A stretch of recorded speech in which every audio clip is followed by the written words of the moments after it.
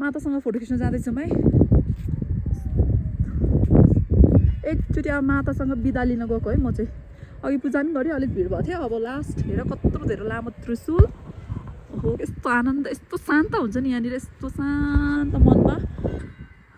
यहाँ आइसकेपछि चप्पल लाएर त हुँदैन नि मान्छे, ल चप्पल खोल्नुपर्छ नि माताकोमा। कहाँ यसले त खोलेको पो रहेछ, म पो रहेछ एउटा चप्पल लाएर हिँड्ने त माता।